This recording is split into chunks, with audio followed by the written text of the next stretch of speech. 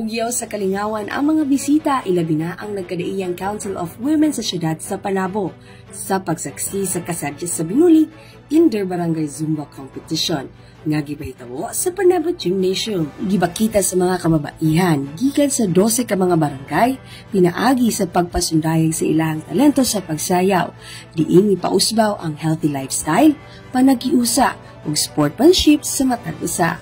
Sa criteria nga synchronization, stamina, power, energy, timing and coordination, o music and costume, nakuha ang kampyonato sa Council of Women sa Barangay Kaganguhan. First placer ang Barangay Tibungol, ug ang second placer mo ang Barangay Santa Cruz.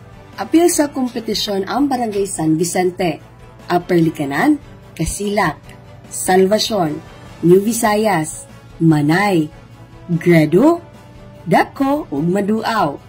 Sa pagsaulog, ang presensya ni City Civil Registrar Libertad B. Rahis na mihatag og mensahe.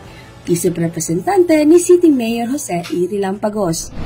For all you know, this inter-barangay Zumba competition naa sa ikatulo nga tuig.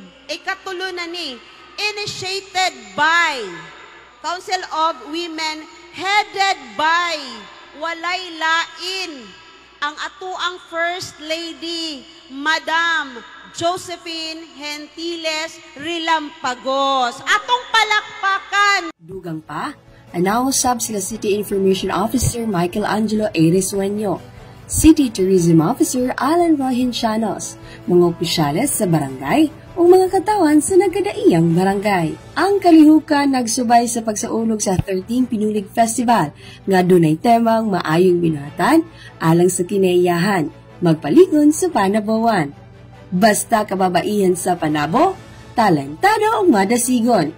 Kauban sa kamera si Richard Gigtas, kini si Team Macebedo, gikan sa City Information Office Broadcast Services, alang sa Frontline News Panabo.